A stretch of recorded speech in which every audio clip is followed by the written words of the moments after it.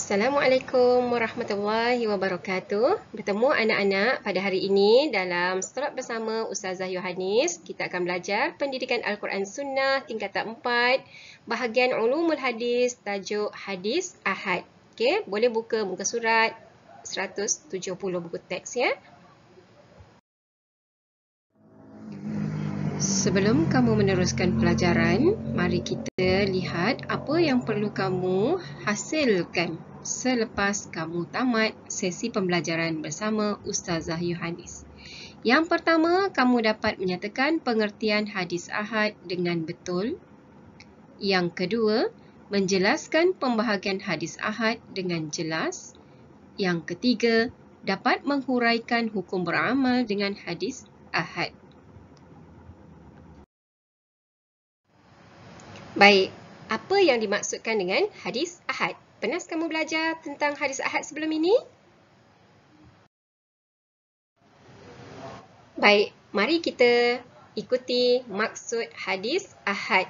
Hadis ahad ni dari segi bahasa, maksudnya ialah, ahad bahasa Arab, maksudnya satu. Memberi maksud hadis yang diriwayatkan oleh seorang perawi hadis. Itu dimaksudkan hadis ahad. Ahad maksudnya satu. Jadi hadis tersebut diriwayatkan oleh seorang perawi sahaja. Boleh rujuk buku teks kamu muka surat 170. Dari segi istilah, hadis ahad ni memberi maksud hadis yang tidak memenuhi syarat hadis mutawatir. Kamu kena ingat balik semula maksud hadis mutawatir dan syarat-syaratnya. Boleh rujuk Ustazah punya video berkaitan dengan tajuk hadis mutawatir. Walaupun bilangan mereka itu ramai. Ustazah ulang lagi sekali. Hadis ahad dari segi istilah ialah hadis yang tidak memenuhi syarat hadis mutawatir sekalipun bilangan mereka itu ramai. Ramai mereka pun masih lagi tidak mencapai tahap hadis mutawatir. Baik, sekarang kita masuk kepada pembahagian hadis ahad. Pembahagian hadis ahad. Nama hadis ahad ni, macam mana dia boleh dapat nama hadis ahad? Dia sama juga macam hadis mutawatir dahulu, Ustazah dah terangkan dalam video yang sebelum ini, iaitu dia diberikan nama adalah berdasarkan kepada bilangan perawi dalam sanad, dalam rangkaian sanad yang dekat atas tu, an tu. Itu jumlah bilangan perawi dalam rangkaian sanad. Pembahagian hadis ahad ni telah dibahagikan kepada 3, iaitu yang pertama hadis masyhur. Hadis masyhur, yang kedua hadis aziz, dan yang ketiga hadis gharib. Ustazah letakkan nombor-nombor perawi hadis di bawah ni. Mudah-mudahan kamu mudah mendapat gambaran dia. Di mana hadis masyhur ni diriwayatkan oleh 3 orang perawi. Manakala hadis aziz diriwayatkan oleh 2 orang perawi. Manakala hadis gharib diriwayatkan oleh seorang perawi. Mudah kamu ingat ya. 3, 2, 1. Boleh ya? Baik, sekarang kita lihat ta'rif, iaitu maksud ya, maksud bagi setiap bahagian hadis ahad tadi. Yang pertama kita lihat hadis masyhur. Hadis masyhur ni adalah hadis yang diriwayatkan oleh 3 orang perawi. Atau lebih. Maknanya bermula daripada 3 atau lebih pada setiap peringkat, tetapi tidak sampai had hadis mutawatir. Maknanya kalau dia lebih daripada 3 orang sekalipun, masih tidak menepati syarat-syarat nak jadi hadis mutawatir. Peringkat ni maksud tabaqat. Tabaqat maksudnya peringkat. Maksudnya peringkat mana? Peringkat sahabat, peringkat tabi' dan juga peringkat tabi'in. Itu dia kira semua tu bilangan bagi setiap peringkat tersebut. Berapa orang perawi yang meriwayatkan hadis tersebut. Ya. Okey, yang kedua, hadis aziz. Okey, hadis aziz ni ialah hadis yang diriwayatkan oleh 2 orang perawi pada setiap peringkat, ya, pada setiap tabaqat. Okey, manakala hadis gharib iaitu hadis yang diriwayatkan oleh seorang perawi sahaja. Okey, ingat, masyhur 3 ataupun lebih, hadis aziz 2 orang perawi, manakala hadis gharib hadis yang diriwayatkan oleh 1 orang perawi sahaja. Okey, dalam menjawab maksud ni kamu kena tulis betul-betul. Okey, maksud kat depan ni. Hadis yang diriwayatkan oleh itu tak boleh ditinggalkan, ya. Hadis yang diriwayatkan oleh berapa tu baru sambung, ya. Jangan tulis terus diriwayatkan oleh 3 orang. Kamu kena tulis dulu maksud depan dia sekali, iaitu hadis yang diriwayatkan oleh. Jangan tinggal, ya. Okey. Okey, berikutnya mari kita lihat contoh hadis masyhur, hadis gharib, hadis aziz. Ya, ada beberapa contoh yang Ustazah rujuk, banyak contoh-contoh tapi Ustazah ambil yang berkaitan yang ada dalam buku je lah, ya. Okey, hadis masyhur. Okey, hadis ini dinamakan hadis masyhur, maknanya dia menepati maksud masyhur yang kita bacakan sebentar tadi, ya. Okey, hadis ini iaitu an Abdillah bin Amr bin Al-As qala sami'tu Rasulullah sallallahu alaihi wasallam yaqulu inna Allah la yaqbidul ilma intiza'an yantazi'uhu minal ibadi walakin yaqbidul ilma biqabdil ulama hatta idza lam yubqi aliman ittakhadhan nasu ru'usan juhalan fasu'ilu fa'aftau bighairi ilmin fadallu wa adallu. Okey, hadis ini diriwayatkan oleh Bukhari. Okey, maknanya status dia adalah hadis sahih. Okey, sekejap lagi Ustazah akan ulaskan kenapa dia boleh jadi hadis masyhur. Sekarang ni Ustazah hanya bacakan sahaja, ya. So hadis ini mengenai inna Allah la yaqbidul ilma intiza'an, maknanya Allah tidak akan hilangkan ilmu tu dengan cara mencabutnya daripada hamba-Nya. Maknanya tak bolehlah dikatakan ilmu tu hilang dengan secara tiba-tiba hilang. Okey, tapi dia dicabut, walakin yaqbidul ilma biqabdil ulama, maknanya Allah tarik para ulama tu meninggal. Maknanya dia, orang yang meninggal ni dia meninggal bersama ilmu. Ya, sebab tu pentingnya setiap orang tu belajar, ya, fardu ain, masing-masing simpan ilmu dan share. Okey, hadis gharib. Okey, hadis gharib contoh dia an Abi Hafsin Umar bin Al-Khattab innamal a'malu binniyat wa innama likulli imri'in ma nawa faman kanat hijratuhu ila dunya yusibuha aw ila imra'atin yankihuha fahijratuhu ila ma hajara ilaihi. Okey, hadis ini muttafaqun alaih. Maksud muttafaqun alaih ni adalah hadis ni diriwayatkan oleh Bukhari dan Muslim, ya. Manakala contoh untuk hadis aziz. Okey, contoh untuk hadis aziz ialah fa anna Rasulullah sallallahu alaihi wasallam qala fa wallazi nafsi biyadihi la yu'minu ahadukum. Ni dalam buku kamu ada yang ni kan? La yu'minu ahadukum hatta akuna ahabba ilaihi min walidihi wa waladihi wan nasi ajma'in. Okey, ini adalah hadis diriwayatkan oleh Bukhari dan Muslim juga. Okey, maknanya hadis-hadis ahad ni tiga-tiga ni adalah berstatus sahih, ya, berstatus sahih. Okey, ini adalah contoh. Next, kita pergi kepada, baik, Ustazah akan terangkan definisi hadis masyhur. Okey, menurut Imam Al-Baiquni, definisi hadis masyhur ialah masyhurun marwi fawqa ma salasah. Okey, menurut definisi ini, maksudnya ialah hadis masyhur ialah hadis yang diriwayatkan oleh 3 orang perawi atau lebih daripada itu. Ini juga merupakan pendapat kebanyakan ahli hadis, iaitu hadis masyhur, hadis yang diriwayatkan oleh 3 orang ataupun lebih.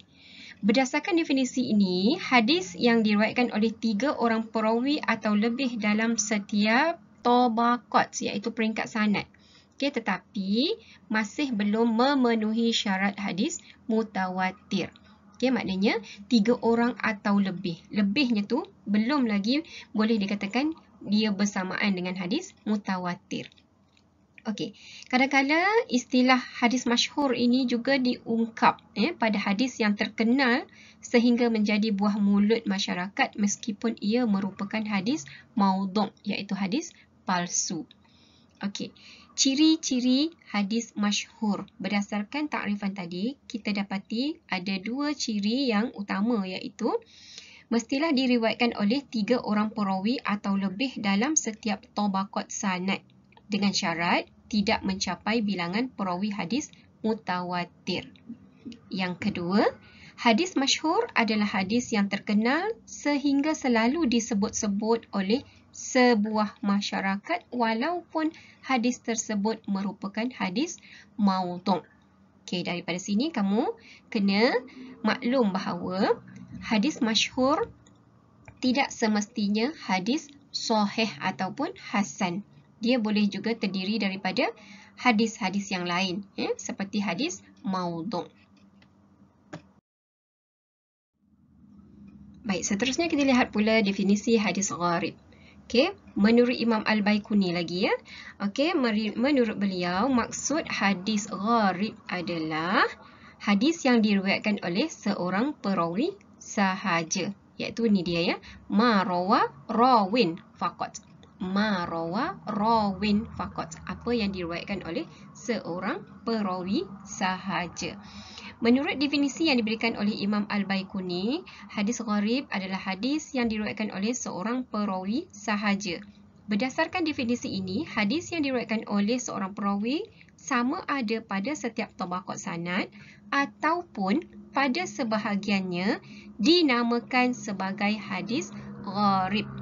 Okey, untuk itu, definisi gharib tidak terjejas dengan adanya lebih daripada seorang perawi pada tabaqat-tabaqat yang lain kerana yang diambil kira ialah pada bilangan yang paling minimum dalam peringkat ataupun tabaqat sanad tersebut.